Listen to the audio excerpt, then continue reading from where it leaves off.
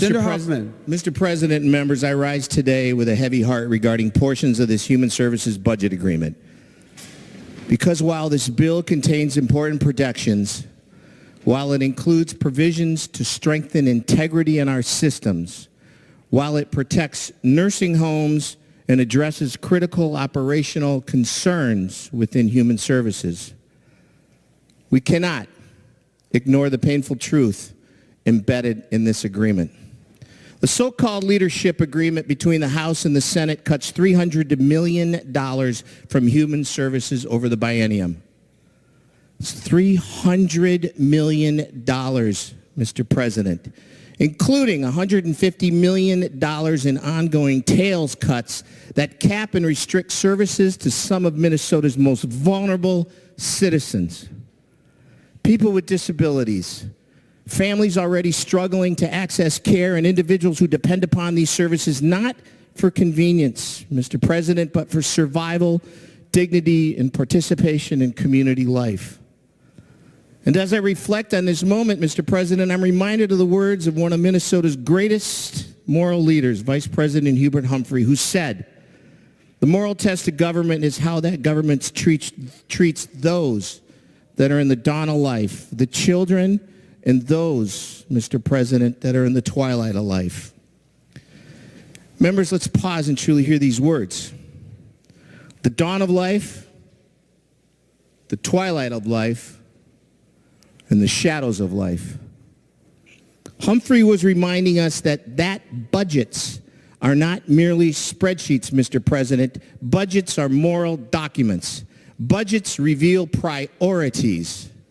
Budgets expose values. Budgets tell the public who matters and who does not, Mr. President. And today, I struggle deeply with the contradiction between the rhetoric we hear and the actions that were ultimately taken. Because at the very time these massive cuts were imposed on people with disabilities and vulnerable Minnesotans, leadership found resources for other priorities, including, Mr. President, funding tied to studying and rehabilitating a hockey arena and other projects that do not address the immediate well-being of people who rely on these services every single day.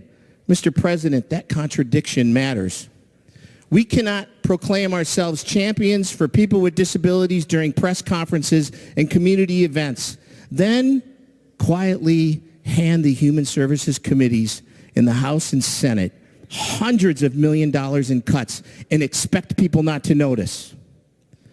That is not authentic leadership.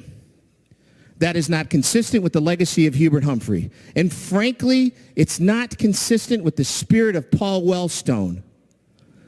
Wellstone believed government exists to lift people up, not leave them behind, Mr. President. He believed that our politics should have a moral center. He reminded us constantly that we all do better when we all do better.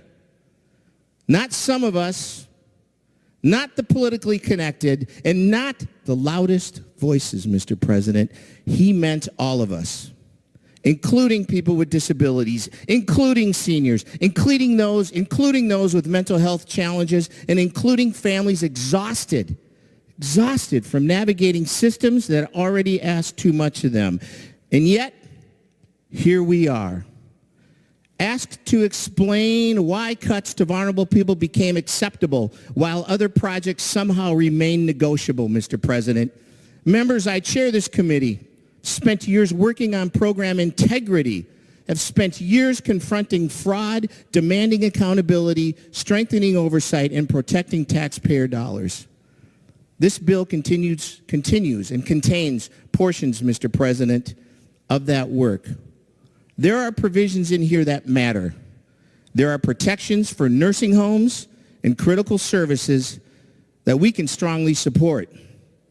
But let us not pretend that this agreement arrived without consequences, Mr. President, because there is a cost when we cap services. There is a cost when families lose support. There is a cost when providers are pushed further to the brink. And there is a cost when people with disabilities are told once again to wait. And the greatest cost is the erosion of trust. The public hears us speak about compassion. The public hears us invoke Humphrey and Wellstone. The public hears us say Minnesota cares. But our actions must match those words, Mr. President, because if they do not, then those words become little more than slogans. I say this today, not to inflame division, but because honesty matters in this chamber. It is disingenuous to say one thing and do another. It is inauthentic to celebrate inclusion while reducing the very services that make inclusion possible.